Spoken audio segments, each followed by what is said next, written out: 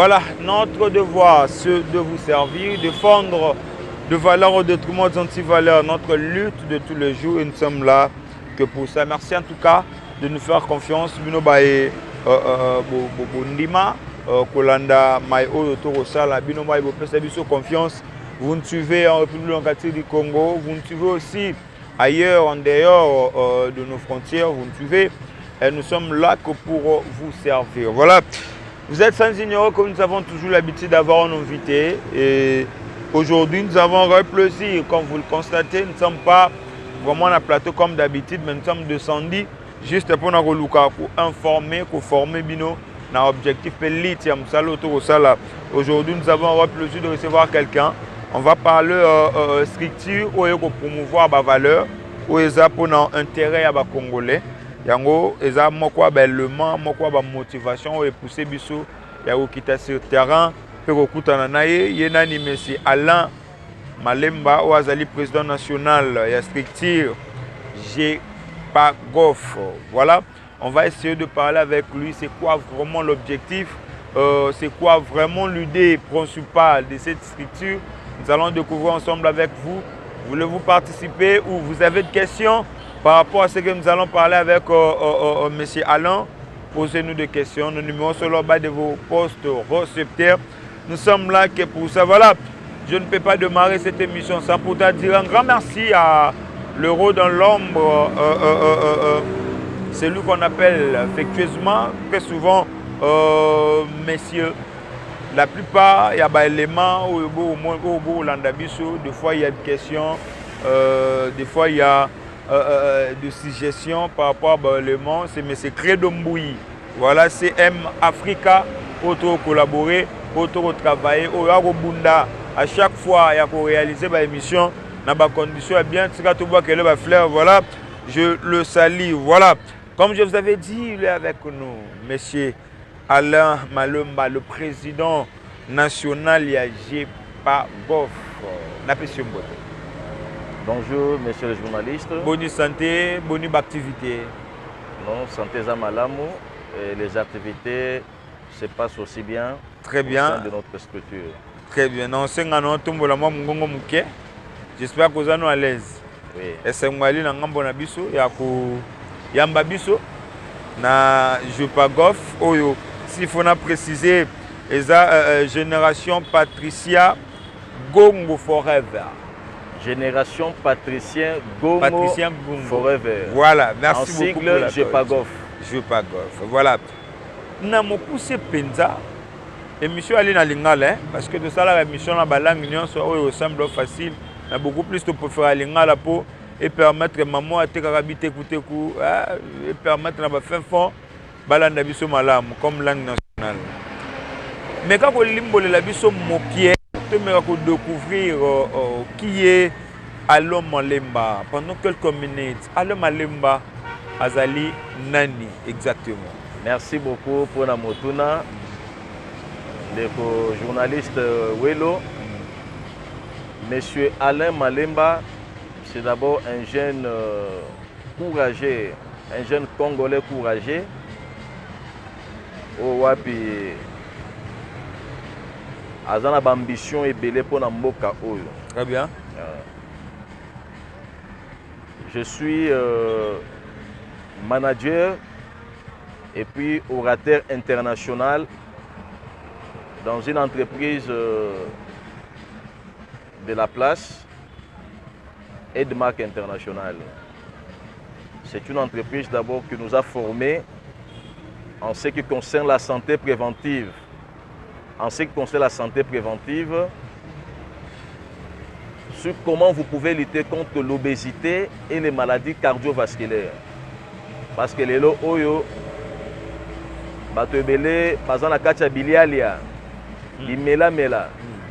So sali constat comme on a que bazoya minene ngonga nyonso. Pour nani bazo respecter ba principe te. Il y a une nutrition.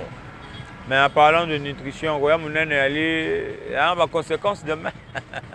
Si on a des conséquences, notamment les maladies cardiaques, les maladies cardiovasculaires, il y a des conséquences. ya kozala munene. Et d'ailleurs Omes alobelaki yango alobi que na 21e siècle au tozali l'obésité est considérée comme la maladie mortelle numéro 1 du 21e siècle. Raison pour laquelle dans la formation tozwaki toza na rôle munene ya ko sensibiliser population tant nationale qu'internationale en ce qui concerne la lutte contre l'obésité et les maladies cardiovasculaires. Donc pour ce point-là, si vous avez des soucis liés à la santé, à l'obésité, vous avez besoin de reprendre votre poids normal, c'est-à-dire respecter l'indice de masse corporelle idéal. En tout cas, nous sommes là pour vous aider. Donc, vous allez chercher, en résumé. Oui. Voilà. Izalaki à Liboso. Nazali également activiste des droits de l'homme. Et d'ailleurs, j'ai été nommé par l'inspecteur général il y a Institut congolais pour des formations des droits de l'homme comme coordonnateur provincial adjoint. Il y a ville province à Kinshasa. Félicitations. Merci beaucoup. D'ailleurs, grâce à ma fonction, on a des saliers qui topé ma mouké dans ma camouetali politique parce que j'étais secrétaire fédéral en charge de la santé et prévention de maladies dans la fédération à Moamba, dans la partie à Jama Kabunda Kaboun. Vu que tu as assigné ma fonction, je suis à politique. Très bien. Yango esali que topema na makambo etali politique. Merci beaucoup en tout cas. Nalandi yo na bokebi. Etikali eloko moko. Ezaïe Belé. Ezaïe Belé. Et pour l'instant, comme vous venez de le dire, je suis président national de la structure Autobeni Génération Patricien Gongo Forever. Qui est Patricien Gongo. Patricien Gongo, c'est le ministre provincial de la Santé. J'aimerais avant Toko Mawana, parce que Bitia Michel a de comprendre stricti au Boumemeli Bisso, parce que nous défendons que l'intérêt de la population, nous défendons l'intérêt de la Congomani et ça a du fin fond, et Ali Moussala Nabisso. Nalinga aussi d'abord présentation bien qu'Ali est belé, au lobby qui est aux habits temps est belé. Le rôle au résumé quand même, moi je profite également pour nous féliciter yo la nomination. Mais parlons, il y a structure. Qui est l'initiateur de la structure? Wali président national, Patricien Gongo, Wali ministre de la Santé. Quel rapport y a-t-il entre Patricien Gongo et Génération Patricien Gongo? Merci beaucoup.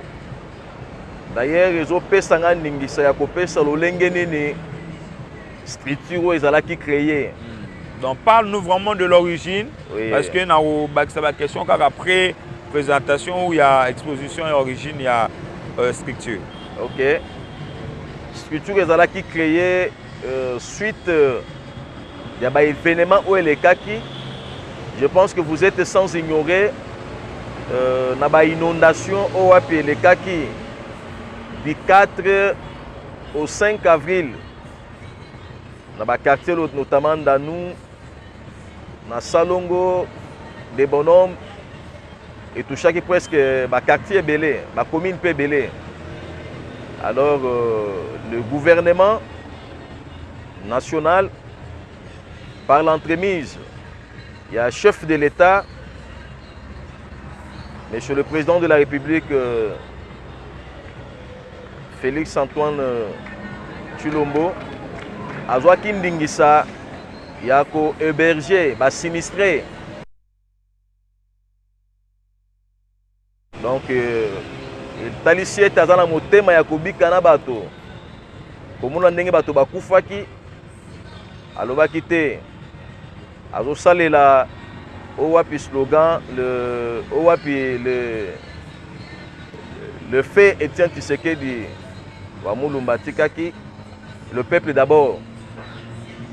ayebaki na kozwa basinistre alojaki bango na basite misato oyo tobengi stade de Martyr, stade Tata Raphaël et puis na Kinkole. En tout cas, le président a soutenu Kibiso, a hébergé Biso pendant 4 mois et demi. Kolia Komela. Et puis à la fin de compte, avec Kopesa moto na moto, tobengi enveloppe selon ménage ya moto na moto. Oye sungaki ba mususu bazwa bisika mususu ya kufutela. Ba mususu babongisa bipai owa babandaki kovanda. Comme fut mon cas, j'ai réhabilité ma maison avec l'enveloppe qu'on m'avait donnée. Donc vous êtes parmi les victimes? Oui, j'étais parmi les victimes. J'étais parmi les victimes parce que j'habite dans nous. Alors, eu égard à tout ce que le président a fait par l'entremise du gouverneur de la ville, province de Kinshasa, Daniel Bumba, que je salue, et du ministre provincial de la Santé, aujourd'hui élevé aussi au rang de porte-parole du gouvernement provincial de Kinshasa, son Excellence Patricien Ngongo, auquel tous allez passer ma félicitation. C'est lui l'initiateur. Tu passer ma félicitation parce que Moussala Salaki, Yamala Moundé Saliba pesa promotion wana. Et toujours remercier le gouverneur pour le choix porté sur lui. Alors, biso tozalaki baye o wapi tango gouvernement dans zela ya ministre provincial ya santé ayebaki na kopesa biso enveloppe tolobaki te ezali acte ya malamu depuis que la république est république nanu bazwa ndingisa wana te ya kovandisa basinistre pendant 4 mois koliesa bango tongo pokwa. Et toujours féliciter, toujours pesa merci vraiment pena eyano o wapi azalaki ngonga nyonso koya kosunga kopesa bilia na basinistre na tongo ti na pokwa kolia malgré que ba œuvre nyonso humaine ezanka ba imperfection te, mais du moins nous saluons vraiment le travail au basalaki na tina et basinistre. Alors les biso tokendaki ko remercier monsieur le journaliste. Donc, nous remercions le chef de l'État, le ministre provincial. Tant aussi ici pour remercier, alors, tous ceux qui l'ici par rapport au comportement du ministre Ndenge Afishaki et Bandeliki no Souka ya Makambo, tous ceux qui reconnaissant, tout le qui était, pour créer une structure, moi, qu'on a combo ya ministre, pour tout ça, la apologie naie. Nous avons créé une structure on a combo ya génération Patricien Ngongo Forever en sigle GEPAGOF. Exactement, je vous ai vraiment suivi religieusement. Mais question dans les autres il y a présentation et le vision origine il y a GEPAGOF. Maintenant GEPAGOF pour quel objectif? Est-ce que c'est seulement vous allez vous limiter pour encourager ce qu'a fait le ministre ou GEPAGOF a d'autres objectifs? Aidez-nous un peu à comprendre l'objectif principal de la structure. Merci beaucoup. L'objectif principal, d'ailleurs, vu le comportement du ministre, sa manière d'agir, c'est ce qui nous a poussé nous à être à ses côtés. Parce que c'est un homme humble d'abord. L'humilité, les saliers étaient tout poussés à la peine pour que tout ça soit tout sali. D'abord, l'objectif principal, nous allons promouvoir l'entrepreneuriat, nous allons considérer comme gage. Il y a développement. Yamboka. C'est ça d'abord l'objectif principal. Nous allons avoir une structure mobimba pour conseiller le pouvoir public. Il y a des décisions qui sont louables oyo ekoki kosunga ete mboka etombwama, mboka ekende liboso. Vous êtes derrière des décisions. Oui. Vous êtes derrière des décisions louables. Ce que j'ai entendu. Donc, conseiller pouvoir public, a une décision ou ezali louable, ou ekosungana nous jeunesse et se développer. Ba décision ou api ekosala ete population otobengi le gouverner ba na ko respecter pour que mboka ekende liboso. Donc vous allez voir comme structure ou ils ont conseillé pouvoir. Ils ont mais je ne sais pas, on a bien un système, on a bien une négligence. On a évité vraiment comment on a employé. Mais justement, pour nous, on a apprécié la question. Et ça, il y a chez nous, il y a la plupart certaines décisions. Oyo Ebimarana est fait. Après quelques temps, il disparaître. Ni ni bino bokosa la pour que décision. Oyo Zwami, et ça l'a suivi. Décision au Ezouami, si ils ont intérêt à Congolais, bien sûr, ils ont bien compris dans les Congolais. Ok, raison pour laquelle tout ça peut exister, pour appuyer le pouvoir public. Les stratégies que vous allez appliquer. Il y a beaucoup de stratégies. Pour ça, la campagne, notamment le ministre venait de prendre une décision interdisant la vente des denrées alimentaires à l'air libre. Parce que le comportement et comme et continue misisa ba tout pour muto somelo kwa kolia il faut somelo kwa peso monana na miso mais azobo sana ke eloko wana ezobo maye. Aujourd'hui le taux de mobilité, le taux de mortalité est élevé. Pourquoi c'est élevé? C'est parce que toujours respecter ma condition hygiénique était très bien. Tout ça tout exemple ko kay muke que ne place la dote kabilo kwa kolia. Tala owapi ba finiki na owa finiki te batu wakende kotonda wapi bakende kotonda owa finiki te pona nini azomona po azomona mais ceux qui va talisie na microscope biloko ya zali kolia etondi na microbe owapi zali ko créer ba maladie ebele yango tozawana na cadre. Est-ce que cette décision est un impact bien que ça avantageux pour nous sécuriser Congolais, maintenant il y a des fois lorsque la décision est yaka et l'Obama vivacité, mais après quelques temps il disparaît. C'est ça le rôle l'actualité, et ça le rôle l'actualité au bimi après un moment il comme une information et ça sous impact. Mais est-ce que la décision, toute décision ministre a suivi, est-ce que et aux alana suivi, tout bino rôle na bino dedans à travers cette décision et aux alanines pour réveiller à tout le temps. Tout est juste à se manifester pendant que les décisions. Merci beaucoup.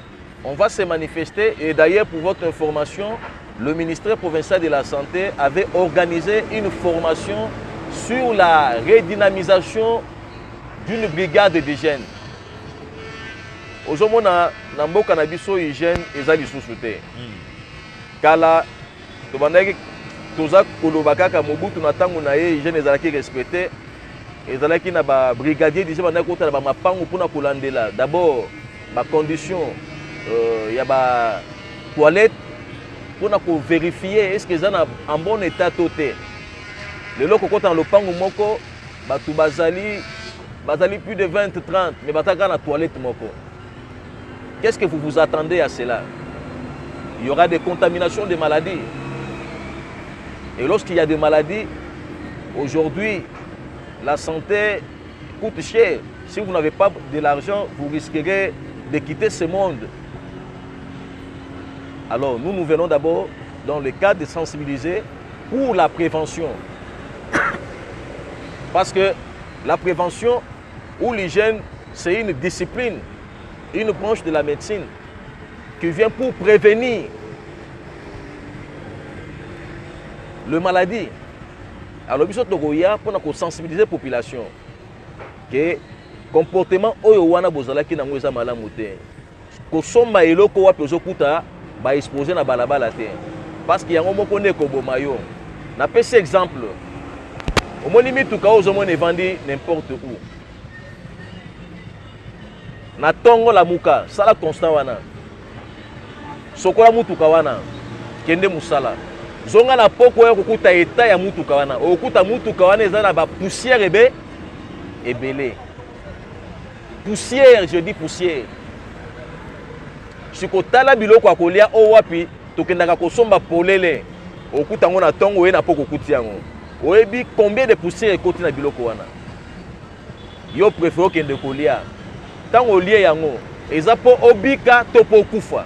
Donc biso moko ba Kinois ba Congolais tozokende kosomba maladie sans le savoir.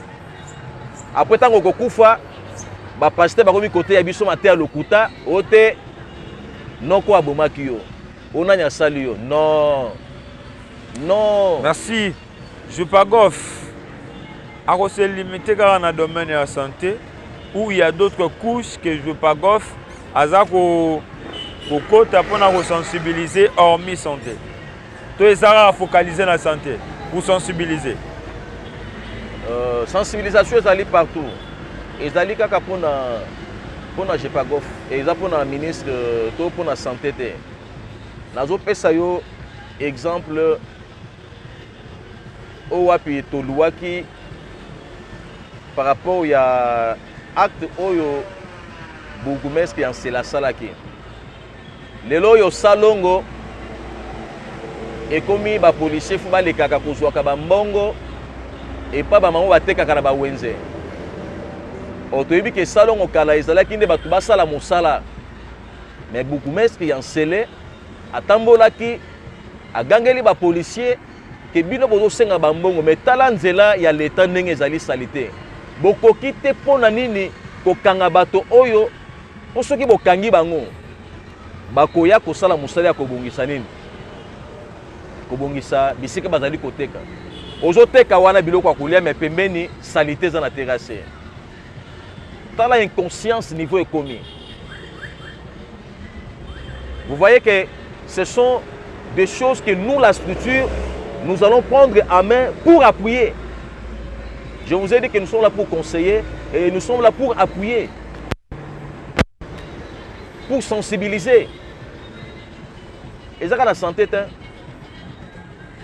maintenant, après avoir tué de leçons dans certains domaines, au beau sensibiliser, maintenant, à la fin de compte, rapport wana bopé c'est pas nani pour l'État parce que bino bali l'État bien que vous êtes d'ailleurs en ministère mais bali l'État rapport wana bo même moi pas nani mais est-ce que rapport yango après avoir que montré et vous allez suivi ceux qui ba enquête bino au salé Rolandam et au salem biso tozali structure nationale, c'est-à-dire nous allons écrire lorsque nous constatons qu'un secteur de la vie n'est pas bien administré, nous allons écrire aux autorités compétentes pour leur demander de bien vouloir agir pour que ce secteur de la vie soit meilleur.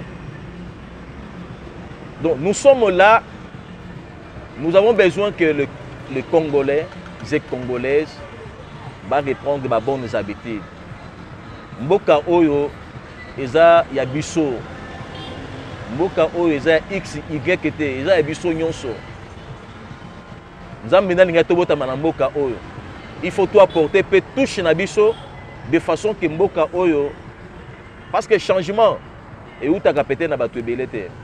Parfois na mutu moko mibale misatu lisanga omoni pe changement isané et monani. Des places toujours encourager na ba kambi mboka na biso. Ceux qui ba nommer quelque part, ezate pour que on voit ma yona libota te eza pour ça la musala de façon que dans le secteur na yo tout le monde a changement pour ce que changement ezali et cause la pona yo te za pona batu nyonso. Très bien, permettre nga journaliste à de côté donc émission biso tous les coups sont permis. En tous nos des questions. Par rapport à Outsugoloba. Question liboso. Et ali Jupagov a exposé vision objectif. Oyo est tellement important. Objectif il y a Jupagov. Nabi ke bandeko ba Holanda ba comprendre. Est-ce que demain, parce que vent le loi actualité comme la politique, demain on peut s'attendre que Jupagov fait comme un parti politique. Entre parenthèses, première question. Deuxième question, après bonne investigation, après présentation na yo, voilà il moto ala na lisanga ya Jean-Marc Abound. Qu'est-ce qui a fait que lelo za na Jean-Marc Kabound Soute moza président national ya GEPAGOF, voilà. Aux alliés sous-soutés, aux autres défendre le valeur autrement. Est-ce que les Arabes ont bandé na biso na structure oyo pour demain comme un parti politique, to GEPAGOF a qu'on défendre toujours par raison naie où il y a l'intérêt à la population jusqu'à la fin. Je vous donne vraiment le temps de nous expliquer. Non, GEPAGOF est une structure, est une ASBEL, est une apolitique. Est une apolitique. Mais il y a outil na politique. C'est ce que j'ai dit. J'étais dans la politique, mais pour l'instant, je suis apolitique. Parce que je suis là pour, ensemble avec le membre du comité national, pour que tout le monde promouvoir ma valeur. Pour pas si ça il y a longtemps on bail politique ba hôtel ba monique ba tout balier belé pour na ben terrain na bango ko préparer 2028 il y a pas longtemps hein. Ba hôtel là pas que monique j'ai pas quoi faire changer objectif. Tous a un objectif il y a quoi accompagner ba décision où les en intérêt à bana mboka na to longo na structure ou to comme na structure soutenir un député X ou Y parce qu'il a misé de l'argent. Yango mutuna na ngezo kendo directement ko lobako est-ce que GEPAGOF à cause de la dernière structure na vision jusqu'à la fin to vision za ngo limité parce que tous en a débit à la fin on peut changer sur le côté ça ne dérange pas. Vous devez savoir que parmi nous il y a des intellos dans la structure. Les loyaux ceux qui membres moko il y a structure à s'appeler à postuler. Pourquoi pas quoi accompagner? Il faut qu'à toi accompagner député Songolo. Non, nous défendons des valeurs. Nous défendons des valeurs. Nous sommes apolitiques. Mais cela ne nous empêcherait pas de perdre notre droit de voter qui que ce soit.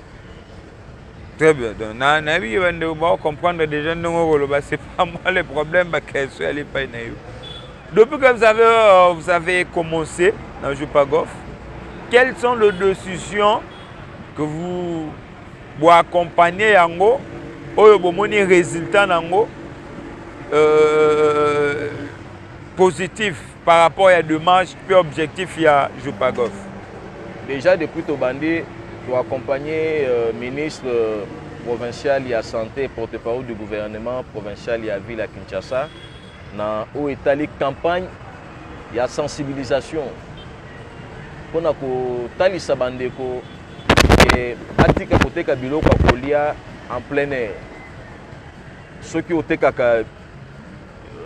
biloko kolia luko finika yango. Et nous étions là, nous l'avons accompagné avec amour, avec volonté. Yako sunga bande ko na biso bazali kokufa butu moi. Oko sepela ndeko zala ki ne lobi oyo ki akufi parce que anakin na Congo batu bazo kufa lokola to ya mentalité za tellement élevée. Mentalité za élevée. Alors ko sepela oyo kaka basanka ka ya liwa. Ce n'est pas bon. Alors toza wana pona ko accompagner ba valeur. Il ne faut pas mettre l'argent en première position. Non. La Bible dit que l'amour de l'argent est une inimitié contre Dieu. Le là où tu as une vidéo moko ezo circuler, il y a tata moko azala ki na pouvoir kufaki, akunda ba mbongo na sima ya lopango na ye. Akufi bana ba ko découvrir mbongo après. Mbongo baby déjà. Ba hein? Bah moi, il a plus de 100 000 $. Alors, qu'est-ce que servirait? Et ça, malamouté, mon ouane ko epeko sunga. Attends un projet moko, il y a sensibilisation dans le domaine songolo, mais il y a un bébé kaka bongo. Il y a un appelle la kana penseur moko alobaka. C'est un musicien. Alobaka, être riche, ce n'est pas avoir beaucoup d'argent. Ce n'est pas avoir beaucoup d'argent. Être riche, c'est avoir la capacité de transformer son entourage. Lorsqu'on a cette capacité de transformer l'entourage, il y a une valeur, il y a une valeur, riche. Et je me permets de vous dire que moi, je suis riche. Parce que là où je suis, je sensibilise la population en ce qui concerne d'abord l'hygiène. Je sensibilise la population en ce qui concerne la lutte contre l'insécurité. Mais dans le quartier, il y a pas mal de gens qui ont des moyens financiers, mais parfois qui ne font rien pour les personnes qui les entourent. Au Mboka Oyo, ce qui tomate na dimension, il y a richesse, non capacité à cause de la mont et belé, mais capacité à transformer entourage. Je vous dis que ce pays va changer en un clé d'œil. Cette ville sera transformée en un clé d'œil. Avant de répondre un peu clair, honnête par rapport à cette question. Le président de la République, Félix Antoine Tshisekedi, à l'Obaki Awako.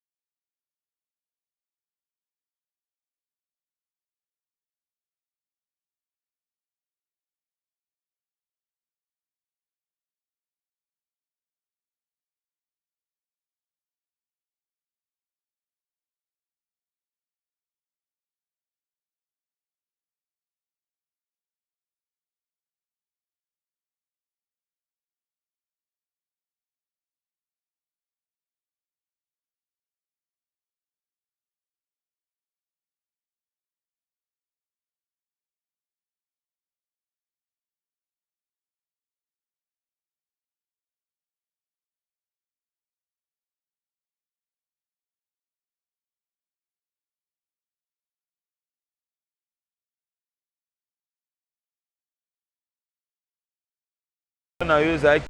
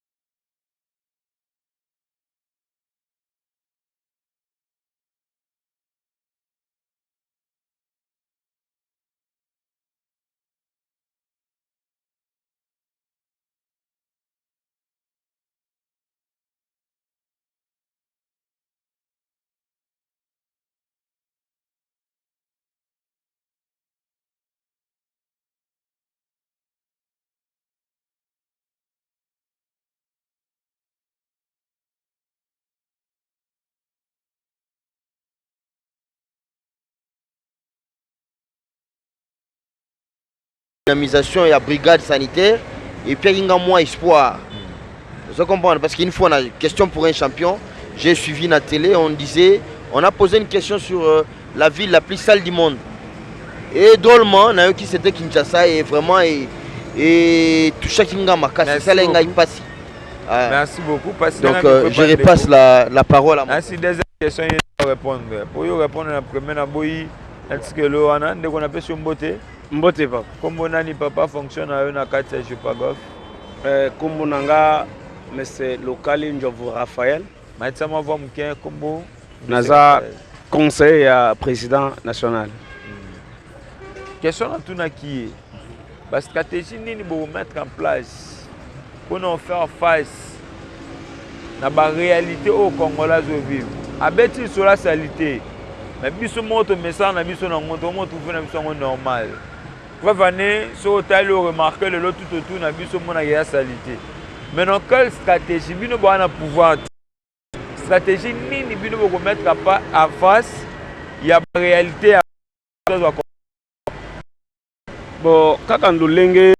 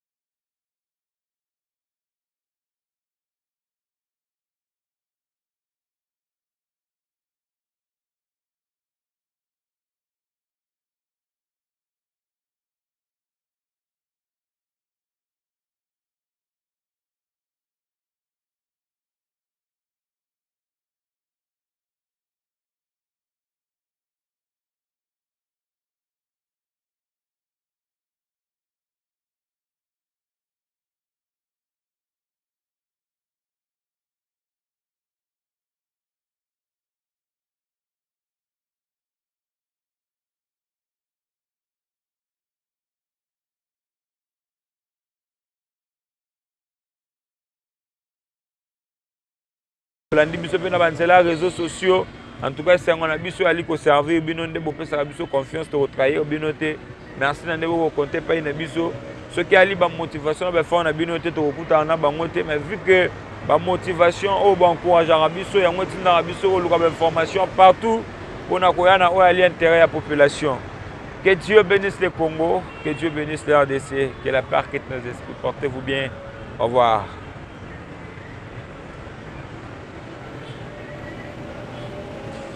On peut justement se lever. Merci en tout cas, monsieur Alain. C'était pour nous un plaisir. Merci les amis. Voilà. C'est le Macas. On a l'invitation pour la deuxième fois. C'est vraiment malade. Voilà.